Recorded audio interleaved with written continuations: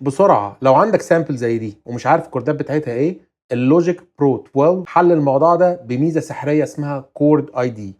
اول حاجه نفتح الجلوبال تراكس، هندوس على جي عشان يفتح لنا جلوبال تراكس، وبعدين نتاكد ان الكورد تراكس الجديده شغاله، هندوس على اوبشن جي ونختار الكورد تراك. بعدين بص الحركه دي، هتاخد اي اوديو سامبل من عندك من على التايم لاين واسحبها واعمل لها دراج دروب على الكورد اي دي. في ثانيه اللوجيك برو هيعمل لها اناليسيز ويطلع لك الكوردات بتاعه الاوديو، مفيش اي تخمين تاني للمقامات او الكوردات الصعبه. وعشان تعمل السحر بجد بقى في اللوجيك برو، اسحب الكوردات دي وارميها على اي سوفت وير انسترومنت عندك، وبقى عندك الميدي كامل بتاعه الكوردات اللي انت لسه مطلعها. دلوقتي تقدر تبني اغنيتك كامله فوق اي سامبل في دقيقتين.